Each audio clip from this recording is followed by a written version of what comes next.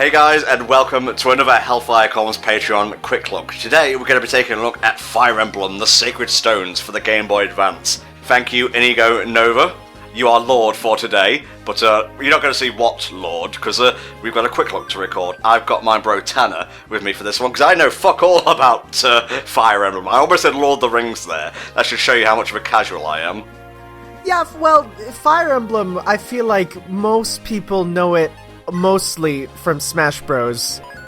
The actual games themselves, I would say, didn't really catch up into the public eye until the 3DS one, because there was a good number that actually came out after Smash Bros, this being the second one. It's despair, mankind appealed to the heavens, and from a blinding light came hope. Legend of Zelda won Game of the Year at the Game Awards 2017. Ah, the Chaos Emeralds. I'm chuckling. I'm guffawing. So tell me a little bit about Sacred Stones. I've heard it's good, it's one of the better ones, but what's your take on it? So Sacred Stones, I didn't get really onto Fire Emblem until the Wii Fire Emblem and everything past it, but I did play this one quite a bit because it was included as one of the 3DS Ambassador titles. So if you got the 3DS before the price went down on it, you got this for free, and I played a little bit of it, and it definitely shows a bit of its age compared to some of the newer ones, but it's really good, for sure. Interesting. Alrighty, what we're working with here. The continent of Magvel. That's too close to Marvel for my liking. I maybe should have brought Stefan into this quick look again. Yeah, so I think this continent is a brand new one and is not in any of the other continuities, because the way it kind of works is it's not like Final Fantasy where everyone is completely separate. There are specific like lineages and countries that you can follow in the games, but I think this one is just a brand new one, and I don't think it's actually related to any other Fire Emblem game. I could be super wrong though, and someone will point it out in the comments. Well, because boy oh boy, those Fire Emblem fans. Oh, they're a bit intense, is that what you were trying to get across, though?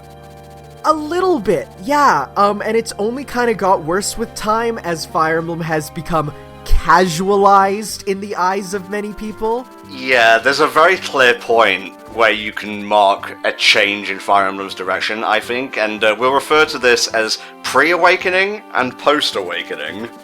Yes, literally, Awakening was going to be the last Fire Emblem game because they're like, no one's really buying these, so let's just go all out, have fun, put in waifus, whatever. And then, lo and behold, waifus were the secret ingredient to get people to say, oh hey, Fire Emblem's pretty dope actually. And now it's widely popular, but much to the chagrin of a couple of the older fans. Virgin I've never heard that word, mercantile. Oh yeah, mercantile. That means merchants. Okay, I'm not really used to games that front load with story. Well. Oh, you don't like the Game of Thrones approach to here's like 20 kingdoms and their economies. Make sure you remember them. I'm familiar with like tax posting on TV and whatnot, /TV/ or what, however the fuck you want to say it, Lord of the Rings being bollocks and whatnot, but I guess I should say I'm not used to SRPG stories. I'm fine with like general RPG stuff. I survived the Roxas tutorial, okay? I know what I'm talking about. Yeah, Fire Emblem, in terms of their stories, they're actually, they are good stories, for the most part. There's a couple that are a few stinkers, like, Fates, but, that's neither here nor there. But they're always, no matter how extravagant or kind of basic the story is, what really drives Fire Emblem are the characters. And so, a lot of people don't even really care about the political aspects of who's seizing territory or who's doing this stuff. For a lot of it, it comes down to who are the characters and why are they just fun. They're fun characters, right. Including this character, one of the main characters of this game, Prince Ephraim. Ephraim? I'm not exactly sure. The pronunciations change with time. Well, that's why you gotta write it down phonetically, in your ancient texts and whatnot. Well, it also doesn't help where Fire Emblem's one of the series where a game will come out and have a character be named something, and then as time goes on, they're like, whoops, sorry, that was a mistranslation. From now on, he's this. Which, it's JRPG problems, you know. Man, these Final Fantasy-ass graphics. I don't think I've done a game on this level since Final Fantasy 1 with MBM. Yeah, the sprite work for these games is definitely a draw, 100%. While the field units don't look the best, the talking portraits are really well done and actually really push the GBA in terms of some of the stuff you see later with the different expressions. But wait till you get to see the battle sequences. Oh my god. Oh, so good. Yeah, they're aesthetic as fuck. I know a thing or two about that through the various GIFs you can find online. Oh, yeah. Alright, lay down your arms. We're gonna kill you otherwise. So, as a pro tip, Fire Emblem is really basic on the fact that everyone who is blue is a good guy. Everyone who is red is a bad guy. Everyone who's green is an ally but non-controllable. And everyone who is yellow is a third-party, neutral party. So, literally, the reason why almost every Fire Emblem character has blue hair is because pretty much what it comes down to is if they're blue, they're good. And that has stayed all the way up to the later games, too. Interesting. We'll get to a battle soon enough, don't you worry. You gotta have your flavor text first, you know? We gotta establish why you're fighting. You can't just needlessly fight. What's the lore, the backstory for those chests on the right, and why can't I open them yet? Oh, do you want to know something really bad? Go on. Those are not actually, I'm pretty sure you can't get them, because the only way to open chests are either getting a chest key from an enemy, of which it is a one-use item, so you can only use it once, or having a thief on your party to open stuff up. There will be many chests you will never have the opportunity to open, and it's terrible. I think I understand now when people post that they are literally shaking, because I'm literally shaking. So yeah, that's one of the things where there's only one real RPG-like Fire Emblem, and that is 2 Gaiden, which got remade recently into Shadows of Valentia. That one has, like, normal chest opening, normal RPG mechanics. The rest of them are SRPGs to the core. You have to do specific stuff, and you will have limited options at times. I think the reason I've never really been into strategy RPGs all that much is I'm dumb. I'm like really, really dumb. I can't think more than 2 steps ahead, and when you're in the field of battle with enemies surrounding you on all sides, one wrong move is all it takes to swing the tide of battle, unlike an RPG, say an action RPG, where you could just like throw potions on yourself in the heat of battle and just whack away with your pointy key-shaped stick. Yeah, especially in these older ones where, the one feature that Fire Emblem became kind of famous for, the permadeath, is, that's a bit of a problem.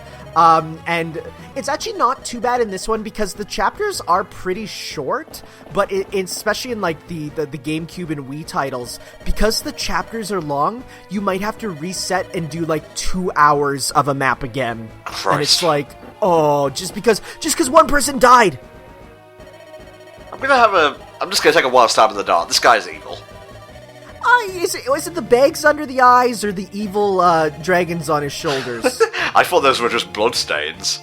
Oh, they look kind of anything that looks like that is probably some dragon symbol, because Fire Emblem loves its dragons. Oh yeah, yes it does. I know all about them. Battle? Yes? Oh, thank you Jesus! I really like how this guy just calls the princess a wench. Like, whoa, you don't gotta make it like that. She's still a princess, dude. I love that, and you're just a corpse who does not know he is dead. That's deep. Oh, the one-liners in Fire Emblem are so good. One of my favorite lines ever comes from Awakening, where one of the characters, when he gets a critical attack, he says, "Pick a god and pray." Oh, that's amazing. And it's so good, it gets reused all the time, because everyone's like, that's the strongest thing. I thought we were actually going to fight there, but he does seem pretty If not endgame, near endgame, so I guess we'll have to fight some grunts first.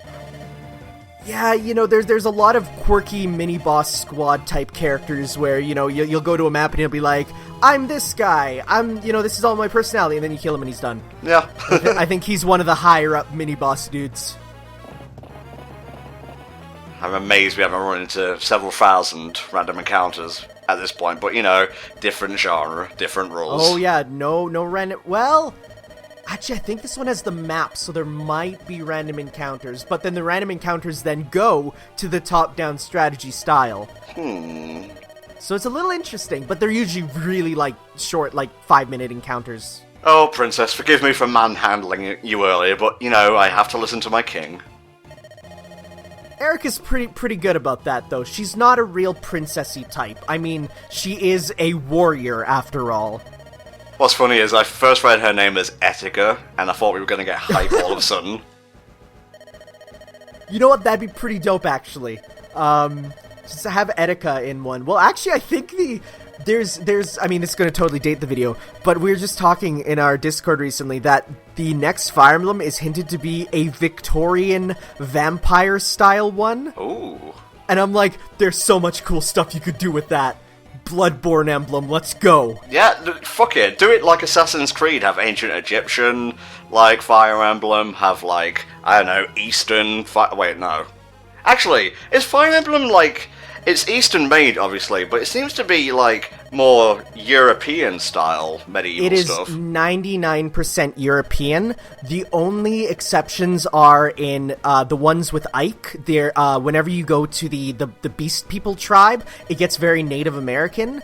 And in Fates recently, if you got the red version, that was all very Japanese-based, samurai and stuff. But no, for the most part, it's very Eastern European.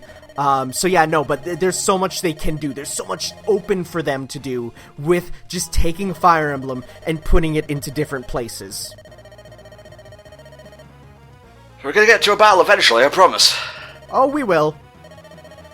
Just, gotta get, story out of... Well, I mean, they were praised back in the day for having a big, meaty story on the Game Boy Advance. Remember, this is the system that's, there's some Game Boy Advance games you're like, that is barely a Super Nintendo game, Yeah, I gotta say, I think I've been spoiled by Breath of the Wild's, massive openness and kind of aversion to cutscene for the most part, because now I'm just sitting here shaking must get ancient sword. Yeah, no, this one is, well, as I said, it is the second Fire Emblem game to come to the West, being the third Game Boy Advance game after the Binding Blade, which is the one with Roy. Oh. Then you had the sequel, The Blazing Blade, where you actually had to find a giant doobie. Just kidding. But that's the one where you, that was the first one to come out here, and it was just called Fire Emblem when it first came out. But it's been officially retconned to be The Blazing Blade. You can move anywhere within the blue area. Oh, I got my hopes up there for a second. Just giving you a bit of life advice. You can move anywhere. You can do what you want. Oh, as long as you have the money. As long as you have the money. Yeah, I'm going over here. So yeah, your movement is basically going to be when you're moving. The blue area is where you can move, and then there'll be red areas on the outside, and that will be where you can attack. So some characters will have one space, some characters have two spaces. Even though you clearly have a weapon on you in your sprite, you don't have one on right now. So that's why you had no red spaces for attacks. Ooh, nice. Speaking of Rapier, because this just puts me in mind of Raphael from, I think his name is Raphael from Soul Calibur. What do you think of 6? Oh man, I'm so excited. Because they pretty much said, look, we made mistakes with 5, we're gonna go back to Soul Calibur 2. And it's like, good. Yeah. Okay, but this is important though. Every weapon, aside from legendary weapons, which you only get at endgame, have a limited number of uses. Right. So, a rapier will only last 40 uses, no matter how much damage you do, or I think if an enemy attacks you and you counterattack, it will go down. It's alright, I've got a weapon now. I'm gonna stick this right between his eyes. Princess, I think we need to train you in the art of war. Well, the one good thing is every single Fire Emblem royalty has been Yeah, your brother taught us swordplay. They've all been trained, which is a lot more you can say about, like, real-life royalty, which kind of just sat there and did nothing. After all of Erica's parties move, the enemy units will move. Well, that's fair, I think. Okay, hit guy until end. Oh yeah, you want some of this, you bitch? Oh, it's auto-attacking for me. Interesting. Well, it's because technically that is a counterattack. Like, he went up to attack you, and because he obviously missed, then you're like, well, I get 2 counterattacks on you. Explain to me, and I'm sure the game will here, but explain to me the weapon triangle. Alright, so yeah, it's basically, there's actually 2 weapon triangles. It's, everything is rock, paper, scissors based. The regular weapon triangle is basically a sword beats axe, axe beats lance, lance beats sword. And the easiest way to remember that, in my eyes, is just remember, like, think of, like, a lance being a wooden thing, and imagine the axe cutting the wood. Right. You know, in the middle, breaking it. And then everything kind of falls into place there. So basically, it is very heavily important because if you go up against the wrong weapon type, you can very easily do 0 damage to them. Ooh. So it is very important, and you do want to think about that when moving. But the other weapon triangle is for elemental magic. You got, I think, fire beats electricity, electricity beats wind, wind beats fire, or some order like that. I don't remember that one fully. But here's, like, your info screen where you get to see, like, you don't have to imagine how the battles will go. This will literally tell you. So you will do 7 hits times 2 because you have more speed. And if you compare to his HP, which is 8, means you'll kill him. Nice. And you have a 100% chance of hitting, so that's like your accuracy, and a 14% crit rate. So everything is laid out for you. The only real guessing you have to do is on hit rate, which is usually either 100% or like in the 30s, or crit rate being either 0 or like 14. Huh. I kinda like that. Like, I don't have to worry about anything. I just move and hit. Move and hit. Yes. Being Fire Emblem, you will get into situations where the RNG will brutally murder you. Because of a bad crit on an enemy, perhaps. But for the most part, everything can be predicted, and if you don't like what's going on, you can go back and retreat and try something else. Oh, but I wanted to kill the boss guy. The boss guy. Fine. I guess his magical horsey will do the job. He killed him with 1 hit. Can I have that sword? So the way pretty much every Fire Emblem works is you have the main character who is like their class, because it's all class based. They're a lord, and what a lord means is they can use swords really well. They can use axes and lances on level up, so they're kind of an all-arounder type. But then there's always a second in command, who's usually a guy on a horse, like Seth here, who can... Pretty much, he's your crutch for the beginning of the game, where nothing will hurt him and he will kill everything very easily. But then, as you go later on into the game, he doesn't have as good potential as other characters, so he's not good to rely on the whole game. He's a beginning crutch character. Well, time for the obvious main character to get in there and do damage control. Face the steel of my rapier, motherfucker! I think, because one cool thing is, with the recent release of Fire Emblem Heroes on the iPhone, they have essentially given every single Fire Emblem character an official English voice actor, which is really cool, because they all get voiced, and it will clearly say, voiced by so-and-so, and then for every single appearance, they will have that as their voice. I think it's, Kira Buckland is the voice of Erica, aka 2B in Nier, as well as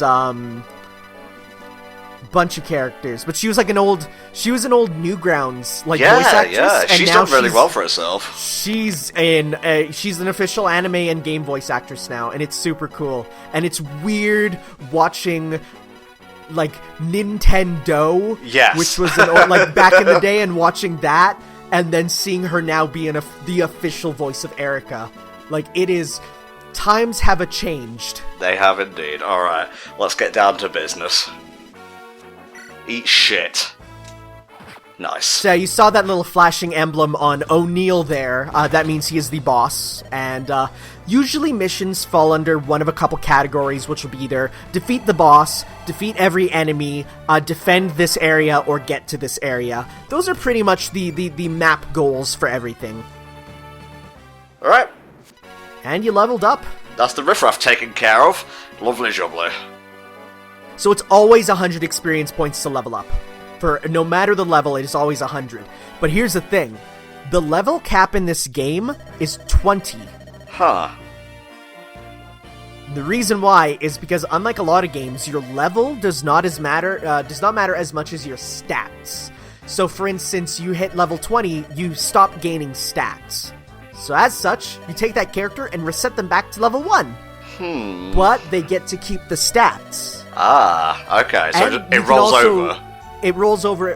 There is a slight decrease, but for the most part, it's still pretty much an increase. And you can also, I don't know if it's in this game, but in most Fire Emblem games, you can then actually turn them into another class. Okay. So I think in this one, they're pretty set, but in later ones, it's like, oh, I'm done with Chrom being a swordsman, let's make him a mage. Or I'm done with this character being on a horse, let's make him a dancer.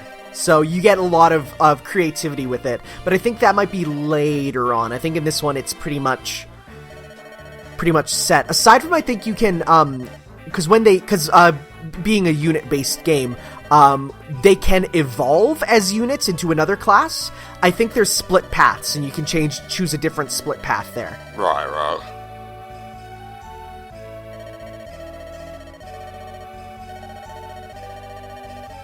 Alright. I guess we're going to move on. I think I'll do one more battle, and then we'll call it, because I can't see myself going very far in the game. But at least we're on Chapter 1 now. Escape! Yes, so as you might have seen, Erica's brother was there earlier, and she's talking about him.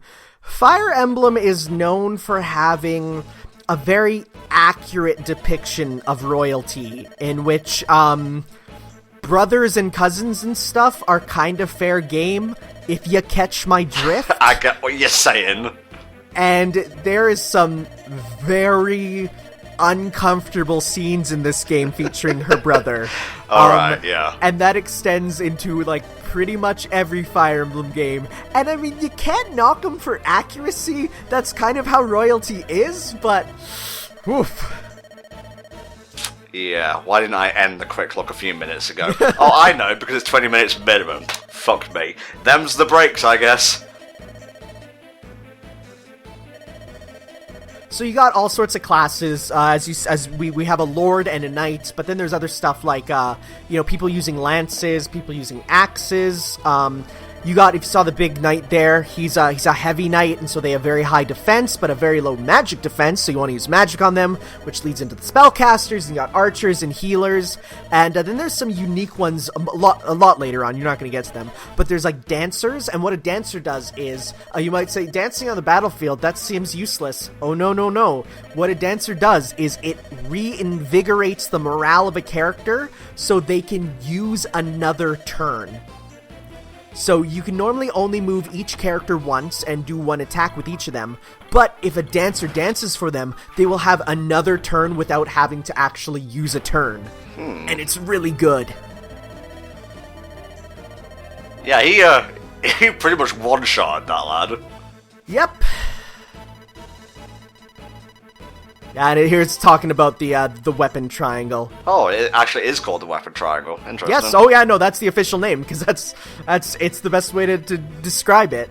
It's, it's rock, paper, scissors, and this is just chess plus rock, paper, scissors plus scissors plus Game of Thrones, all wrapped up into one. That's pretty much Fire Emblem. Sorry, I wasn't laughing at that. What I'm going to do is I'm going to, screen cap this and send it to that VG advisor thing, just so everyone knows. So everyone knows. It's important. The enemy commander, Bregeer, wielded a lance, while the stupid doorman used a sword, and he got fucking ganked. Okay, yeah, we know this. In a weird, twist, you got characters in Fire Emblem who in gameplay will be able to take, 10 to 15 hits from a sword, but in cutscenes, it's like, oh, 1 hit, I'm dead, goodbye. Isn't it always the RPG way? Who is this person, actually? Oh, she's another princess, and, all the princesses are friends. Okay. Oh, that's cute. Like the Princess Friendship Network. Oh yeah, it's great. Well, aside from the ones from... any place called an empire is usually bad. Yeah, I think we knew that by now. The stories in Fire Emblem pretty much come down to one country which decided to be an empire has said, enough's enough, we're gonna take over everything. And instead of the other countries working together, there's like your country who is trying to stop it, and then 5 other countries who are like, we don't care. Whoever takes us, and then you take them over for good, or they get taken over for bad. So, occasionally you get more fantastical stuff, like in Fates and stuff, where it deals about, magic and dragons, but for the most part, it's just country politics. We are here to save the day, I think. So those houses on the field, you can actually, I think, I'm pretty sure, it might not be in this one, but in definitely later Fire Emblems, if you walk up to them, you can go talk to the person living in them, and it'll usually just be, you look like a good guy, here, take this axe I, a peasant, have. Okay. Well, I mean, it's the peasant axe. Every peasant is issued one upon birth. True. Yeah, well, they need it for the trees and stuff. Yeah, I suppose so. So there is, terrain bonuses as well, so if you see that little castle there, the 1-block castle in the middle, if you're there, you get increased defense, increased evasion, and I think you heal 10 per turn. Trees give you increased evasion, but then there's stuff like, but if it's an archer, then the archer doesn't care about them, so there's all sorts of nitty-gritty, but the nice thing is they're all consistent across pretty much every game, so once you know it in one, you can just take that knowledge and move on to the next one.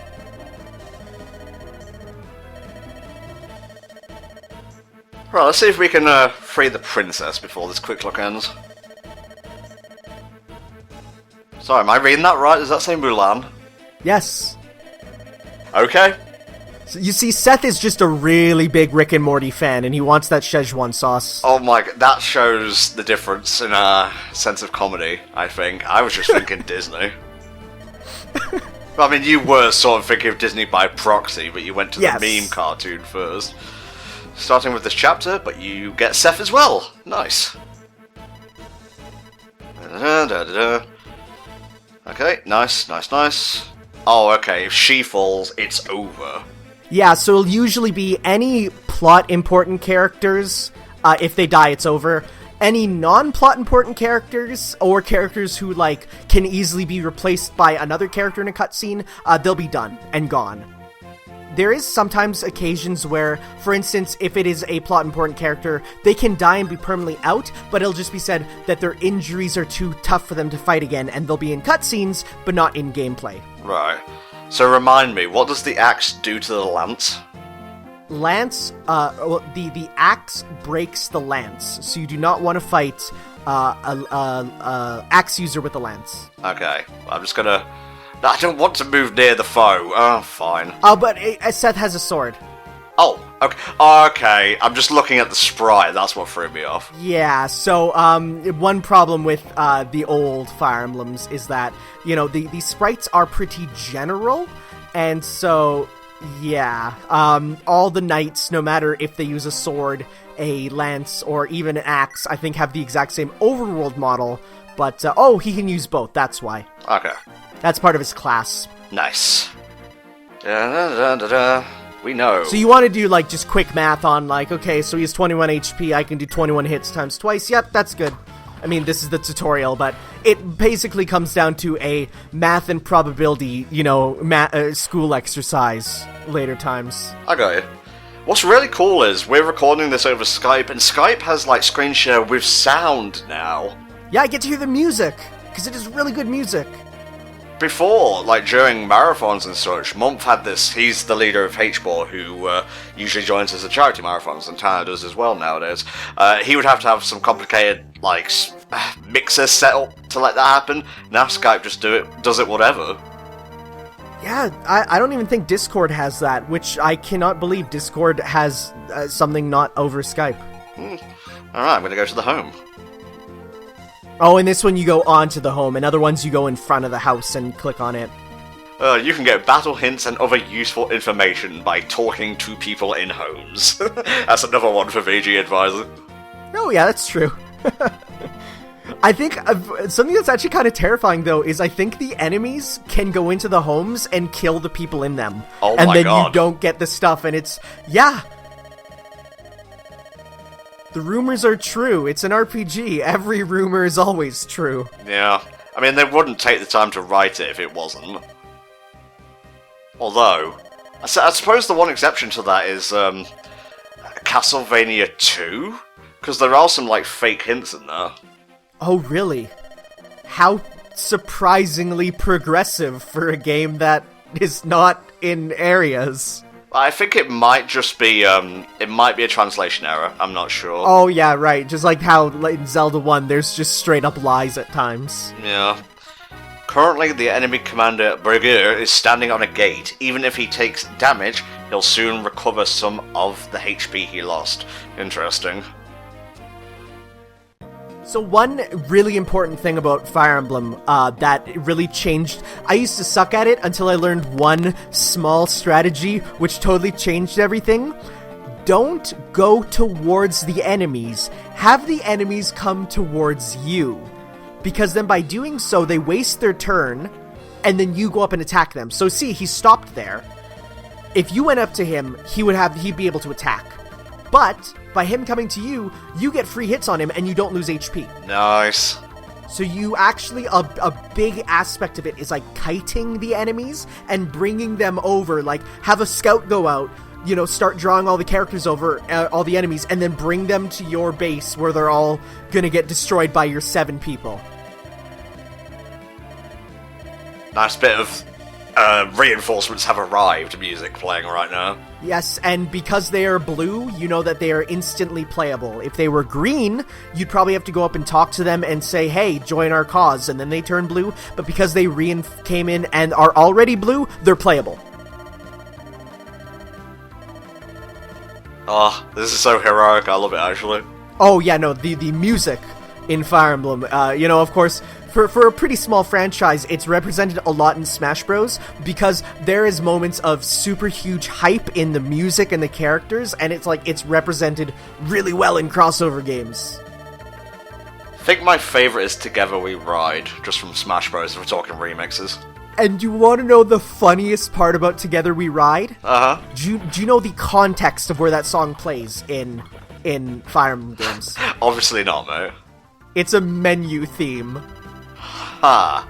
It's literally it's called the theme, it's like theme of recruitment or whatever. It's when you go up to people and talk to them and ask them to join your side, and like it never plays in combat, and yet it is such a good combat theme. 'Tis but a scratch.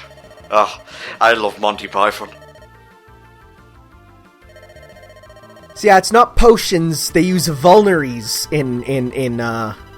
in Fire Emblem. I don't know what a vulnerary is.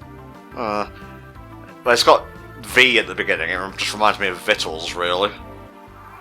I think it's just like a type of medicine, but it's not like a potion where you get to easily imagine drinking a nice, refreshing Mountain Dew or something and then getting your health back. It's like, it's just medicine? It's not as cool. Alright, trade. I guess I want a vulnerary? Yes. So there are limited inventories in this game. So each character can hold 5 items, and that includes weapons and potential, there's not equipment per se, but you might have an item that's like, have this in your inventory and it will increase your defense, which is good, but that takes up a slot. Use it. There we go. To be fair, that is such a waste of a vulnerary because it's like, it's so little damage. It's a tutorial. It's a tutorial. Please don't say raw recruit. I don't like it. There's a couple. Actually, Fire Emblem is really interesting on it is probably the Nintendo franchise. I mean, you might not know it nowadays because of all the talk that's in the news, but it's pretty much totally unabashed with being accurate to the times, and there are always implications of stuff, of relationships, that just are not explicitly said, but will be hinted at. And so for instance, you might be like, is this guy, a father figure, or is it potentially more, even though they're, a young boy and an older man? And it's a little weird, but I kind of actually like that, where it is a very mature franchise. It is not held back by Nintendo. Oh, nasty. Bye! The sprite work is really good. Like, I've come to appreciate it, no? Oh, and afterwards I would recommend Googling the critical hit animations, because whenever you get a critical hit, you actually get a totally unique animation, which will range from, just a cooler looking attack, to ridiculous anime garbage, featuring, literally, if you have a high-class sword user, he will do the teleport behind you and slice and then nothing personal kid, and it's so good. It's great. There's a very big hacking community for the Game Boy Advance Fire Emblem games. People will make their entire own fan games out of it, but one of the big things is a lot of people will make their own sprite work. So there's one for the previous Fire Emblem game where there's this character Hector. He uses an axe, and they made a custom sprite animation for a critical hit where he just throws the axe down, slowly walks towards the opponent, and just punches them in the face so hard they fly out of screen, and it's Game Boy Advance sprite art, but it looks so good. I'm just gonna move these and basically just chill, let the enemy come to me, like you said. So I think if you press A on the enemies, it will actually show you their range on where they can go and where they can attack. Interesting. So you actually, you kind of want to just go right to the edge of their territory, and then, pull back a bit and you can draw them out. There's a lot of just positioning, and I feel like out of every strategy RPG that I've played, this one's probably the one that is the most user friendly in terms of it's simple. I think it's just press A on the enemies, and you get to see their exact range. Guess I'll just wait. So, but here's the thing: if you're not in their range, they will not come to you. So what you should do is use the heavily armored knight guy as bait, because he has very high defense. Yes. Wait. He can tank stuff, and then after that, what you do is you can then go out and try other stuff. He's built like a brick shithouse. Look at that. Oh yeah, no, the heavy knights are always hilarious in that they are tanks. Come on. There you go, that's what I'm talking about. So the enemies, though, they will do stuff where they will, if you put out a guard, they will, if there's another option, for instance, he went after the, I think FaZe is his name, he went after him instead because he was weaker. They will try and go for the smarter approach. So you might want to heal up FaZe because he's kind of weak. Or Franz, rather. Franz Ferdinand. Good old Volinary. Alright, now what? Do I go to send your brick shit house over there? So bosses never move. Right. So you can walk right up to him, the one space diagonally from him, and he will not go after you. Well, if you insist. And, that dude in the house just there said, a rapier can get through that armor, so we're gonna head on over there.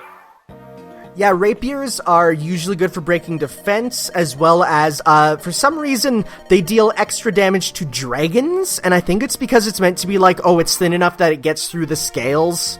It's not, blocked by a dragon scale. So they have different ways of explaining stuff. Right, you are gonna defend. You, Mr. Man, are gonna come over here. Oh, so you saw there was a talk option when you clicked on him? Uh-huh. Yeah, so that is actually a like a special context-sensitive thing where if you put two units side by side who maybe have not met yet or something, this is like, it not only builds character, but there's usually rewards for doing so. In some locations, like for example, you might see an ally off at the other end surrounded by enemies. What you'll have to do is have one of your characters, rush in there and then talk to him, and that's how you recruit him.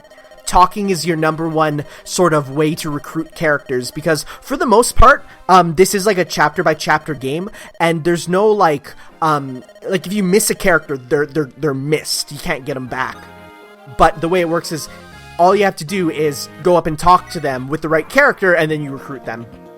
Okay, I think I should be safe to like go for the kill on the boss now, right? Yep. Okay, let us do this. Rapier time, bitch! Oh, he's got a lance. Yes, but if you notice, you do 10 times 2, and he has 20 HP. Goodbye! But he's also built like a brick shit ass, and he's red, so he's evil. There you go. So much for your armor! Oh, and that was a crit. Quick look hype. Quick look. I'd like to thank Jesus for that one. Anime Jesus, right? Like Fire Emblem anime Jesus? Why not? So one thing that does suck about Fire Emblem, stat gains are random, and you can very easily level up and get one single stat. Or you can level up and get everything increased by 1 or 2. Only your commander can perform this task. Okay, Wait, can I still do that? No. Because your turn is used with her. Okay. Well, I guess I'll just wait. If we're playing the come to me sort of thing, yeah.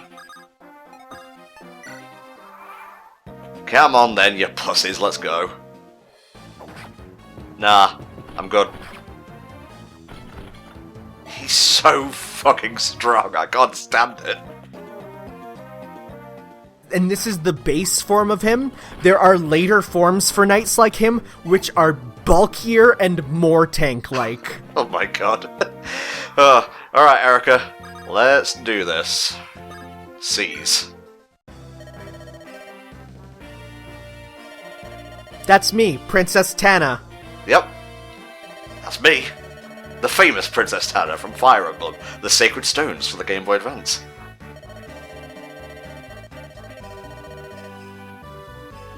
So, I guess, to sort of finish up this quick look, I have a question. Yeah. What do you think the Fire Emblem is? Is it a weapon? It is not. Huh. Is it a big spoiler? Well, no. It is different in kind of every game, but it has one general appearance that is kind of like the canon appearance. But I find it funny that like the name Fire Emblem is, it's pretty widely known because of Smash Bros and stuff, but the Fire Emblem does not appear in Smash Bros in any sort. So what it is basically, it is a shield featuring 5 sacred stones. Oh, that thing, yeah. Yeah, and so, but like, some people don't even know that is the Fire Emblem. It's such for the title, it's a rather understated thing. Yeah.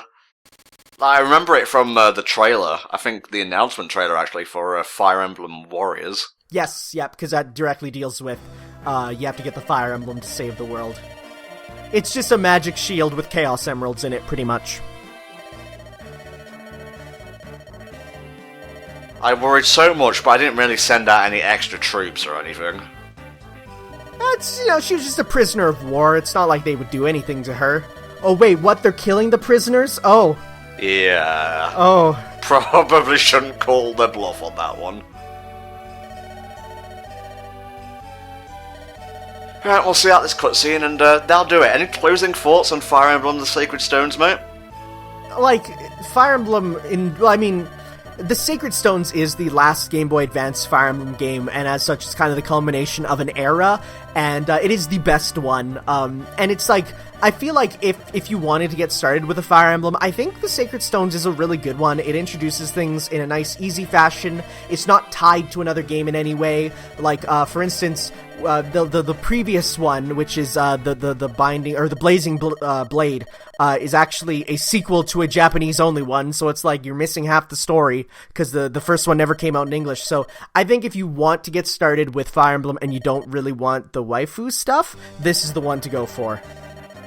So yeah, her dad's dead. Kind of a lame end to the chapter, but you know, this is war. It's never good, Vector. One interesting thing about this one is it does actually, you kind of go back and forth in perspective between Erica and Ephraim, so it's kind of like, it's dual protagonists, and you're not going to really see it, but then they kind of are working together to reach each other, so it's kind of a neat system that is in a couple games, but for the most part, this is the only one where, you know, they really try and work together. The other ones, there's always a bit of animosity. It's like, this one, no, I gotta get my sister, no, I gotta get to my brother.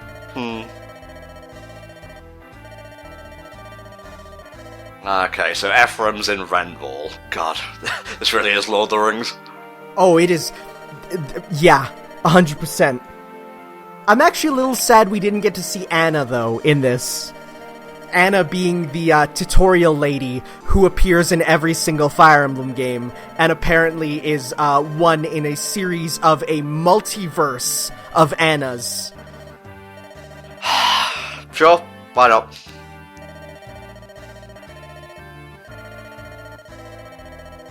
Well, I guess the universe will have to show us that.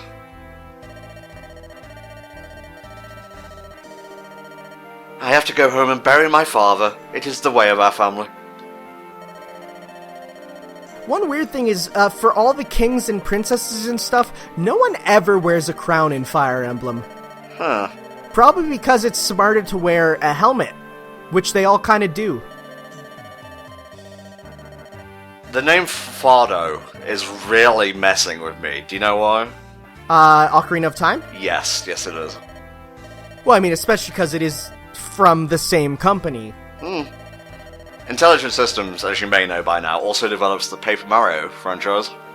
Yep, and everyone's favorite game, codenamed Steam. Y'all remember that? No, actually, I only just remembered it. I had to think, wait, what was it called?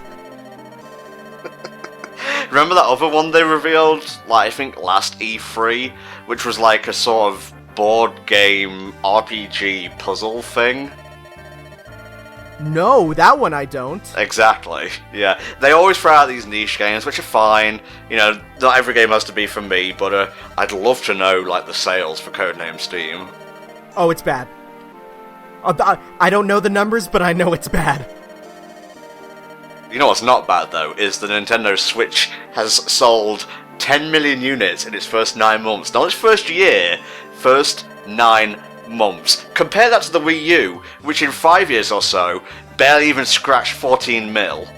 Yeah, and it is also nice that we have confirmation that the next Fire Emblem is going to be a full Switch RPG, which is kind of perfect for those who wanted it back on console and those who like it more portably. What a wonderful system. Really?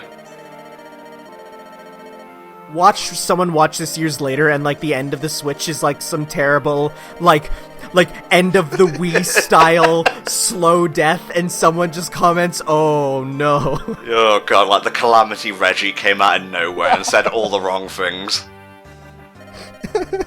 Okay, so she has green hair, so do I have to do specific things to get her to come on the team? Well, the actual those sprites will be colored whatever, but then when they're on the field, it's the colors. Okay. Also, yeah, that's just Ron Swanson as a priest. He's just there. Just guy. Random guy, that's what made me laugh. Yeah, it's really funny because you got, like, all the female characters are very well designed and very anime, but a lot of the guys are just, like, guy. Yeah, like, look at him. That is just Ron Swanson. Yeah. Or like Fire Emblem Universe Mario, and then you have fucking, like, girl from One Punch Man who levitates and shit. Yeah, like, there's there's and it's funny because a lot of people are like, oh, you know, Fire Emblem wasn't very anime until the new games, and I'm like, what are you talking about? It was pretty anime before, too. I think it just took off the restraints, is what they're saying. Oh, yes, they broke the limiters. Although, I guess, like, if it was always anime, again, there's a divide. Like, pre-Awakening was, like, I don't know, shoujo, and I guess the one after was moe. Yeah, that's kind of the best way to go about it. Well, actually, it's funny because the game right before Awakening, which was a remake of Fire Emblem 1 with Marth, featured this art style that was more realistic, and everyone hated it because it looked so bland and drab. And so it's like, so they went the other way and decided to go more anime. And look, that's the one people liked, so... Did I just get, like, a war bond? Yeah, man, you gotta get paid. I think this is a good enough place to end things, especially with I think so. what she's saying on screen. So thank you so much to Inigo Nova for pledging and funding this quick look. I'm going to let the credits scroll on screen now. This is who is currently supporting the HFC Patreon. Thank you so much, Tanner, for joining me. Without you, I don't think this quick look would have been possible. For sure. This was a lot of fun. I don't think I'm going to be going back to it anytime soon, but I'm glad I've dipped my toes in the SRPG waters. I guess I'll see you all next time for another HellfireComms Quick Look. Bye-bye. Ciao.